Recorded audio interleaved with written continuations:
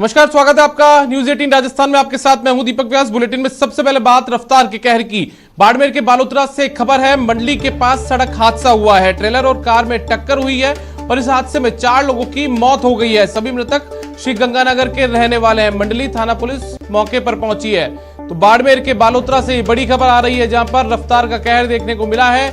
और ये जो बाड़मेर के बालोतरा के पास मंडली है जगह है, वहां पर ये पूरा सड़क हादसा हुआ है। ट्रेलर और कार में दरअसल ये टक्कर हुई है और जो टक्कर है वो इतनी ज्यादा जबरदस्त थी कि 4 लोगों की मौके पर ही मौत हो गई। सभी मृतक श्री गंगानगर के रहने वाले हैं। सूचना मिलने के बाद में जो मंडली थाना पुलिस है वो भी मौके पर पहुंची है और घायलों को भी अस्पताल पहुंचाया गया है।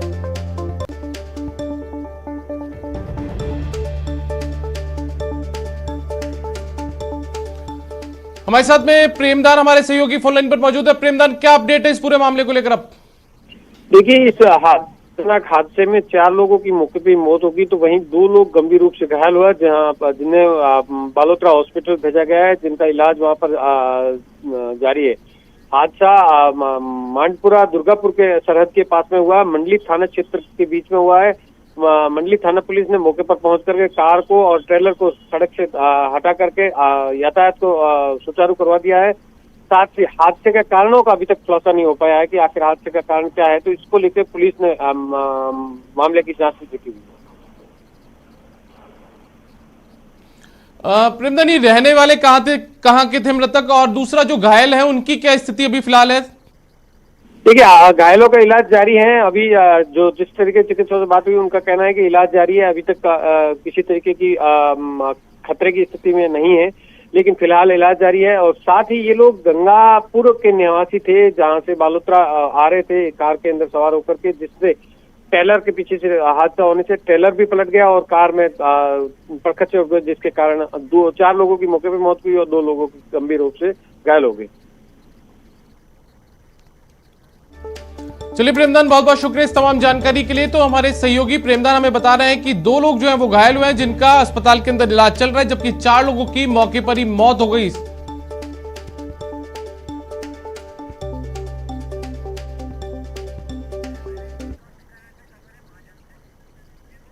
बीकानेर के महाजन से खबर है, जहां पर 2 ट्रकों में जोरदार टक्कर हुई है। एक व्यक्ति की मौत इस हादसे के अंदर हो गई है, जबकि एक व्यक्ति घायल हुआ है। महाजन अर्जनसर के बीच ये पूरा हादसा हुआ है। मौके पर महाजन पुलिस पहुंची है और जो घायल लोग हैं उनको बीकानेर रेफर किया गया है इलाज के लिए। तो ये खबर अब की बार बीकानेर से है, जहां पर बीकानेर में भी एक सड़क हादसा देखने को मिला है, जहां पर 2 ट्रकों के बीच में जोरदार टक्कर हो गई और इस टक्कर के कारण एक व्यक्ति की मौत हो गई, जबकि एक व्यक्ति इस सड़क हादसे में घायल हो गया। महाजन और जो अर्जनसर जगह है, इन दोनों के बीच में ये पूरा हादसा हुआ है। और इस घटना की जानकारी मिलने के बाद में जो महाजन पुलिस है वो मौके पर पहुंची है और घायलों को बीकानेर इलाज के लिए भी रेफर किया गया है।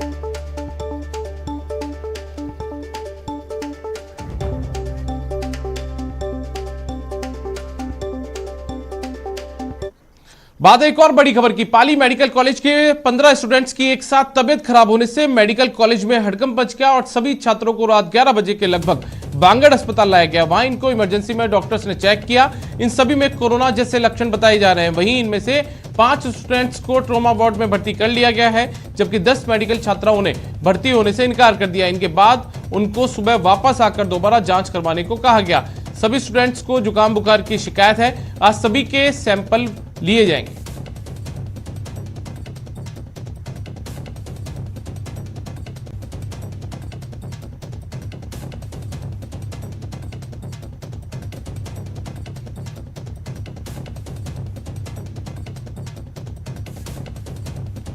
तो ये पाली से खबर है, जहां पर स्टूडेंट्स में कोरोना के लक्षण दिखाई दिए हैं। 15 स्टूडेंट्स को में ये लक्षण दिखाई दिए हैं, जिसके बाद में अब इनके सैंपल्स जो हैं वो लिए जाएंगे। दरअसल इनके अंदर जुकाम और बुखार की शिकायत है इनके साथ में, और उसके बाद में अब सैंपल लेने की जो कार्रवाई है वो शुरू होगी। बांगड़ हॉस्पिटल भी इनको देर रात लाया गया था।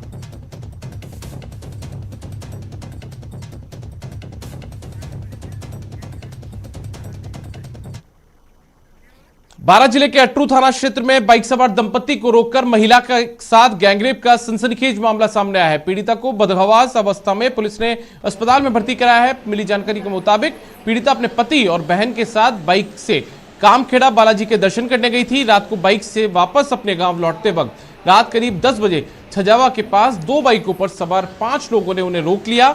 इस दौरान एक बुजुर्ग व्यक्ति ने छोटी बहन को सड़क पर ही रोक लिया। इसके बाद बदमाश पीड़िता और उसके पति को धमकाकर खेतों में ले गए और महिला की अस्मत तार-तार कर दी। पुलिस ने मामला दर्ज कर अब जांच शुरू की है।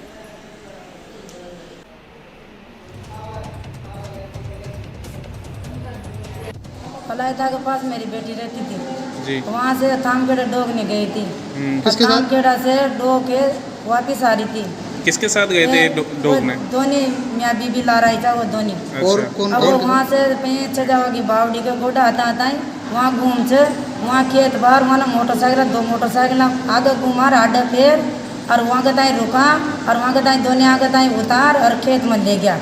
हमारी बच्ची के साथ वहाँ कोटा काम किया जाए और मेरी छोटी बच्ची थी एक, तो वो रोड पे बैठी बैठी रो रही थी एक डुकरा के साथ, तो वो रो रही थी। उसने ट्रक रुकाया, वो अतरे भाग गया, दोनों मोटरसाइकिल ले भाग गया।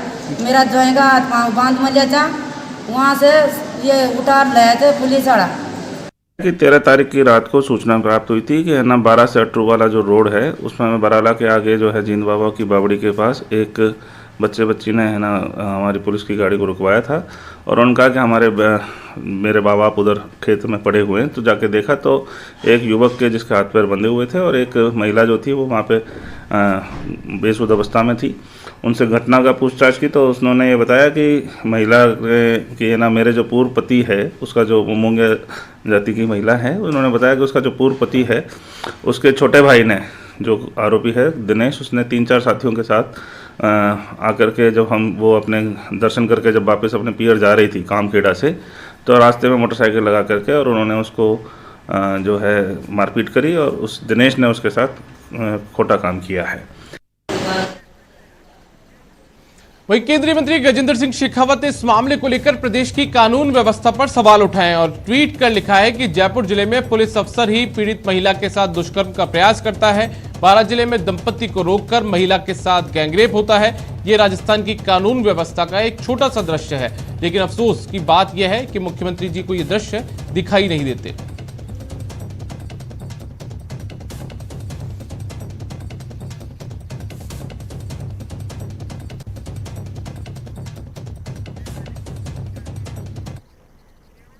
जयपुर से बड़ी खबर है जहां पर आरपीएस कैलाश बोहरा सस्पेंड हो चुके हैं। गृह विभाग ने ये आदेश जारी किए हैं। महिला से रिश्वत में मांगी थी इन्होंने अस्मत।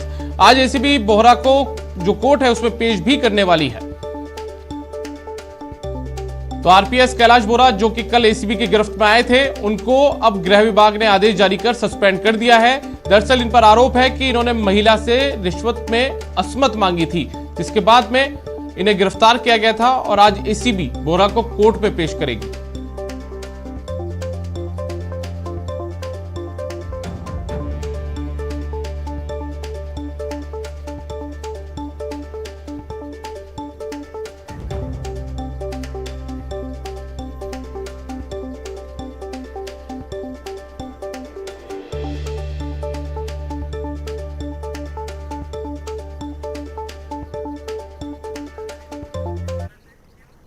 बारां जिले में देर रात पुलिस ने एक गोवंश से भरा एक ट्रक जब्त किया है। मिली जानकारी के मुताबिक एक धार्मिक संगठन के लोगों को NH 27 से गोवंश से भरे एक ट्रक की जानकारी मिली, जिस पर उन्होंने रात 2 बजे ट्रक का पीछा किया। पीछा करने के दौरान ट्रक के साथ दूसरी गाड़ी से चल रहे कुछ तस्करों ने धार्मिक संगठन के कार्यकर्ताओं पर पत्थर भी फेंके, लेकिन काफी देर तक ट्रक का पीछा करने पर ट्रक ड्राइवर और दूसरे लोग ट्रक को किशनगंज थाना क्षेत्र में छोड़कर फरार हो गए।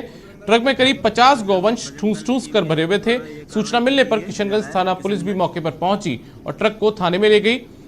फिलहाल पुलिस ने अज्ञात लोगों के खिलाफ तस्करी का केस दर्ज कर जांच भी शुरू कर दी है।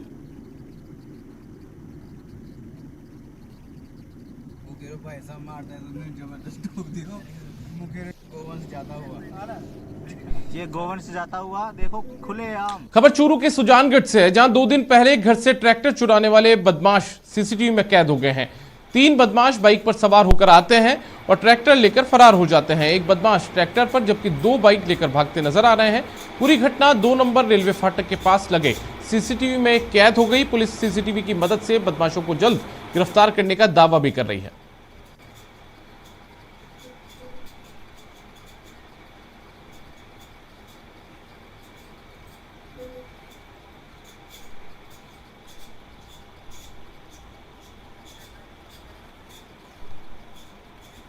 अगली खबर अजमेर से है, जहां दरगाह थाना पुलिस ने जियारत और घूमने आने वाले पर्यटकों और जायरीन को परेशान और तंग करने के मामले में 3 लपकों को गिरफ्तार किया है। पुलिस ने आरोपी सद्दाम, परमवीर और धर्मेंद्र को पर्यटकों के साथ बदसलूकी, उन्हें जबरन अपने साथ उनकी पसंदीदा होटल में रुकवाने और दूसरे दर्शनीय स्थलों के भ्रमण के लिए दबाव बनाने के मामले में गिरफ्तार किया है। आपको बता दें कि अजमेर दरगाह और पुष्कर में बड़ी तादाद में पर्यटक और श्रद्धालु आते हैं, जिसके चलते बड़ी संख्या में लपका गिरोह यहां सक्रिय रहता है। एसपी जगदीश चंद्र शर्मा के निर्देश के बाद दरगाह और पुष्कर थाना पुलिस ने लपकों के खिलाफ अभियान चला रखा है।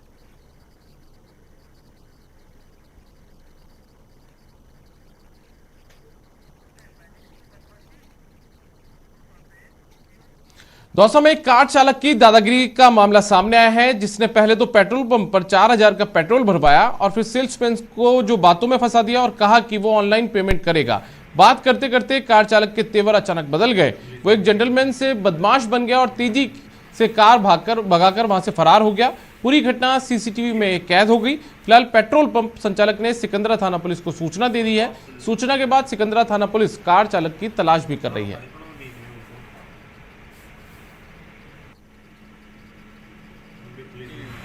कितने का लेना है, वो बोले कि फुल करवानी है।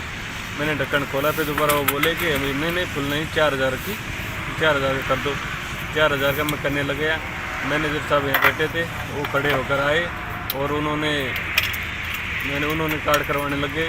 वो कार्ड नहीं हुआ तो उन्होंने मोबाइल लिया और स्कैनर पे स्कैन करवाने लग गए। स्कैन भी नहीं हुआ, फिर उन्होंने दूसरा कार्ड निकाला और कार्ड करवाया, वो भी कार्ड नहीं हुआ। तो उसके बाद में 4000 का लिया था, 4000 का उसमें आया नहीं और 3935 पे मशीन लॉक हो गई। उसके बाद में टैंक फुल हो गया। जब वो कार्ड नहीं हुआ, जब उसने एकदम में गाड़ी भी स्टार्ट करके और तुरंत भगा के ले गया। खबर जयपुर से है। विधानसभा बजट सत्र को लेकर अनुदान मांगों पर आज चर्चा होनी है। विधानसभा के अंदर कृषि पशुपालन के अनुदान की मांगों पर बहस होगी। अनुदान मांगों पर चर्चा के बाद जो प्रस्ताव है वो पारित होंगे। विधानसभा की कार्रवाई शुरू हो चुकी है। प्रश्नकाल के साथ ये कार्रवाई शुरू हुई है। तो राजस्थान विधानसभा के में जो कार्रवाई है वो शुरू हो चुकी है प्रश्नकाल के साथ में। आज यदि बात की जाए तो अनुदान मांगों पर विधानसभा में चर्चा होगी। उनके बकाया परिलाभों का आगारवार विवरण विनियामक आयोग द्वारा विद्युत दरों को घरेलू, अघरेलू, कृषि, मिश्रित भार, विद्युत चलित वाहन एवं औद्योगिक श्रेणी में बांटा गया है। इन श्रेणियों के लिए विद्युत दर का निर्धारण राजस्थान विद्युत विनियामक आयोग द्वारा वितरण निगमों की प्रस्तुत याचिका पर आपत्तिकर्ताओं द्वारा दिए गए सुझावों को ध्यान में रखते हुए एवं व्यापक जन सुनवाई के पश्चात किया जाता है। वर्तमान में प्रस्तुत श्रेणीवार विद्युत दरों का विवरण परिशिष्ट अ पर उपलब्ध है। 2, व्यक्तिगत स्तर पर ट्यूबवेल के जरिए पेयजल प्राप्त करने के लिए विदिन ब्रैकेट केवल स्वयं के उपभोग हेतु ब्रैकेट बंद घरेलू कनेक्शन से विद्युत का उपयोग करने पर उपभोक्ता से घरेलू श्रेणी की दर से राशि वसूल की जाती है। 3, इस संबंध में कोई प्रस्ताव विचारा। कांग्रेस सरकार जवाबदेही, पारदर्शी और संवेदनशील सरकार है। अशोक गहलोत जी का एक कथन है कि हर गलती कीमत मांगती है और किसी ने भी अगर कोई गलती करी है तो उसको सजा भुगतने के लिए तैयार रहना पड़ेगा। जिस प्रकार से एक्शन लिया गया है अभी हाल ही के अंदर, जिस प्रकार उसको सस्पेंड किया गया अधिकारी को, ये इसी बार की संवेदनशीलता दर्शाती है सरकार की कि अगर कोई अधिकारी गलती करेगा तो उसको कभी भी बख्शा नहीं जाएगा और वो राजस्थान की कांग्रेस सरकार ने करके दिखाया है। आज पूरा राजस्थान इस सरकार के 2 साल होने के बाद भी त्राही कर रहा है। राज के मुखिया राज बचाने में लगे हुए हैं, पुलिस बलात्कार में लगी हुई है, निजी अस्पताल और निजी बड़े स्कूल ये केवल लूटने में लगे हुए हैं, लोगों की जेब काटने में लगे हुए हैं। पूरा राजस्थान इस हालात से गुजर रहा है और राजस्थान त्राही कर रहा है। मैं आज सदन के माध्यम से राजस्थान सरकार से मांग करता हूं कि या तो राज के मुखिया राज चलाने पर ध्यान दे या राज से इस्तीफा देकर राजस्थान में पुनः चुनाव की घोषणा कर दे। राजस्थान के थाने अपराधियों के लिए शरण स्थल बन गए हैं। जब रक्षक ही भक्षक हो जाएंगे तो फिर क्या आलम होगा। आज एक सप्ताह के अंदर ये दूसरी घटना, पहली घटना की स्याही अभी सूखी भी नहीं थी कि एक बार फिर उस वुमेन एट्रोसिटी में त्वरित न्याय करने के लिए जो गठित सेल है उसके इंचार्ज द्वारा रिश्वत में अस्मत मांगी जाए और एक गरीब पीड़िता से जो 16,000 रुपये महीना कमाती है 10-10 हज़ार रुपये के रूप में 5 महीने तक लगातार रिश्वत लेती रहे, मैं समझता हूँ इससे बुरी बात कोई हो नहीं सकती। राजस्थान की खाकी शर्मसार हुई है और आज हम इसको सदन के माध्यम से राजस्थान की विधानसभा में उठाएंगे। कि मुख्यमंत्री अशोक गहलोत जी ऐसे पहले मुख्यमंत्री हैं जिन्होंने एसीडी का टोल फ्री नंबर, मुख्यमंत्री अशोक गहलोत जी के जो सोच है जीरो टॉलरेंस की, जीरो भ्रष्टाचार पर, वो खुद मॉनिटरिंग करते हैं। वो खुद, आपको पता है कि पुलिस मुख्यालय गए, वहां जाकर उन्होंने मीटिंग ली, उसके बाद 1064 टोल फ्री नंबर दिया कि एसीडी का ये टोल फ्री नंबर है, एंटी करप्शन डिपार्टमेंट, आप यहाँ फोन कीजिए, बताइए कौन भ्रष्टाचार कर रहा है, उसके खिलाफ कार्रवाई। जो भी राजस्थान में रूल्स रेगुलेशन बनते हैं, वो रूल्स रेगुलेशन या एंटी करप्शन ब्यूरो जो भी कार्रवाई करता है, निश्चित रूप से वो मुख्यमंत्री की सोच के अनुसार ही काम करता है। फिलहाल वक्त एक ब्रेक का है, लेकिन ब्रेक के बाद आप देखेंगे हर जुर्म का होगा पर्दाफाश।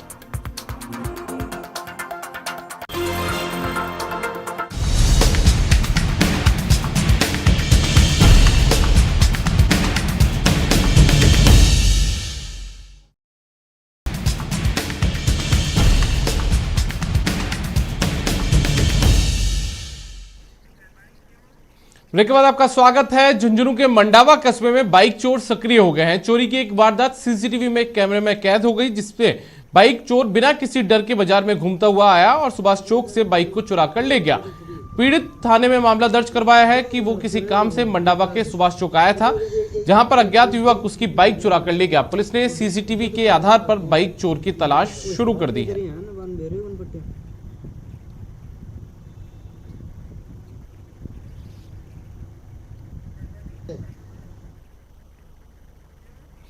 अगर आप ट्रेन से सफर करते हैं तो इस खबर को इग्नोर नहीं कर सकते हैं।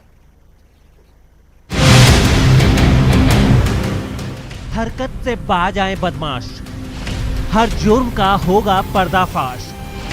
भारी पड़ेगी रेलवे स्टेशन पर वारदात।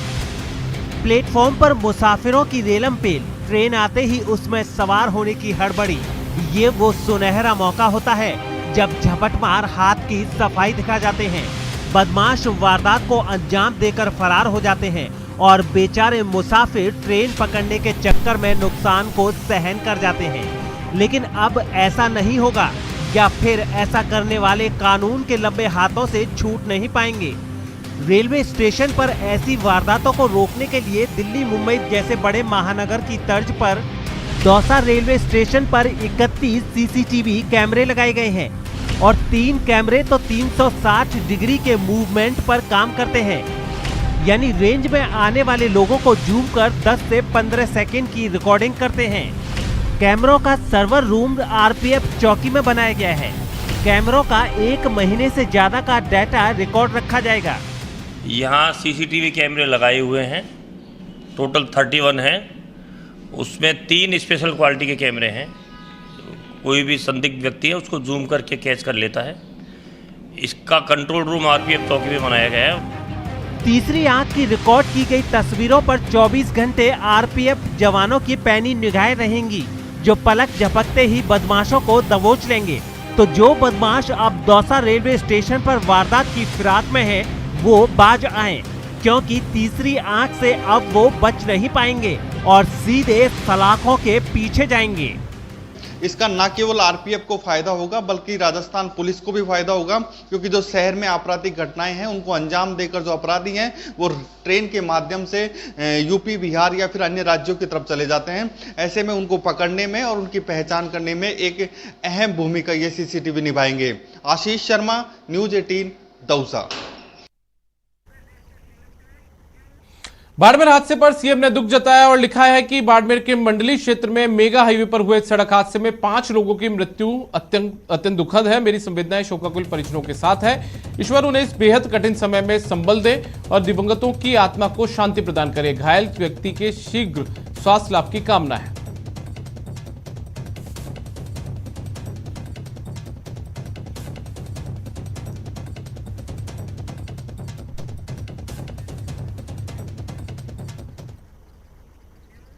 न्यूज 18 राजस्थान की खबर का बड़ा असर हुआ है। कोटा में एमबीएस अस्पताल में लापरवाही मामले में अस्पताल प्रशासन ने 3 सदस्यीय कमेटी का गठन किया है।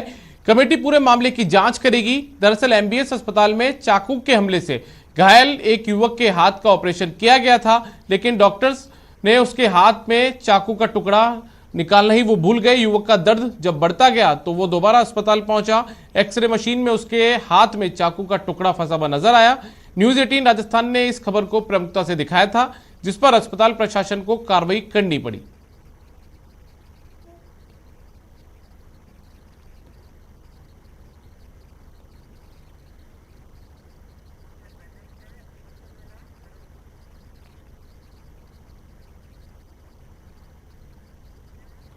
भरतपुर संभाग मुख्यालय स्थित ग्रामीण हाट परिसर में अतिरिक्त जिला कलेक्टर बीना महावर ने स्पेशल हैंडलूम एक्सपो मेले का आगाज किया। इस मेले का आयोजन केंद्रीय वस्त्र मंत्रालय और जिला उद्योग केंद्र के तत्वाधान में किया जा रहा है। 14 दिवसीय एक्सपो मेले में 40 स्टॉल्स लगाई जा रही है। शुभारंभ के दौरान बीना महावर ने कहा कि सरकार का प्रयास है कोरोना महामारी के दौरान बेरोजगार हुए बुनकरों को एक मंच मिल सके।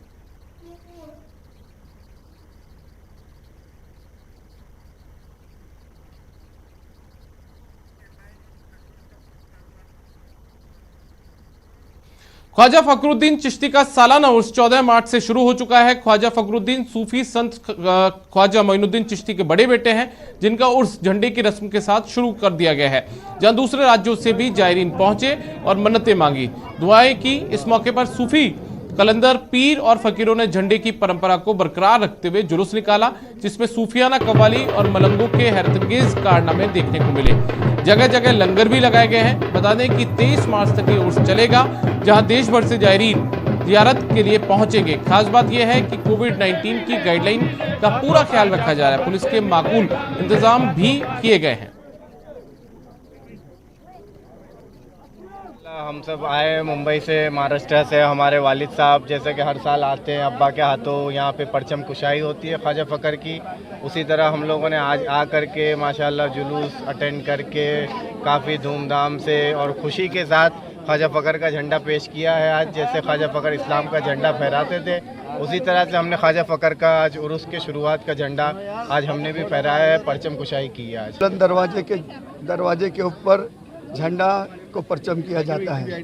जो झंडा हुजूर गरीब नवाज रहमतुल्लाह अलैह, हुजूर ख्वाजा फखरुद्दीन चिश्ती सरवारी रहमतुल्लाह अलैह जो झंडा लगाते थे, उस झंडे की परचम कुशाई ये मेरे को मिला है। ये हम नसीब वाले हैं, खुश नसीब है, अल्लाह के वलियों के मोहब्बत में मिला है, तो हम इस झंडे का आज परचम कुशाई किया है। छत्तीसगढ़ विधानसभा के स्पीकर चरणदास महंत सपरिवार अजमेर पहुंचे। उन्होंने ख्वाजा मोइनुद्दीन चिश्ती की मजार पर चादर और अकीदत के फूल पेश किए। उन्होंने दरगाह के खादिम सैयद फकर काजमी और सैयद रागिब चिश्ती ने जियारत करवाई।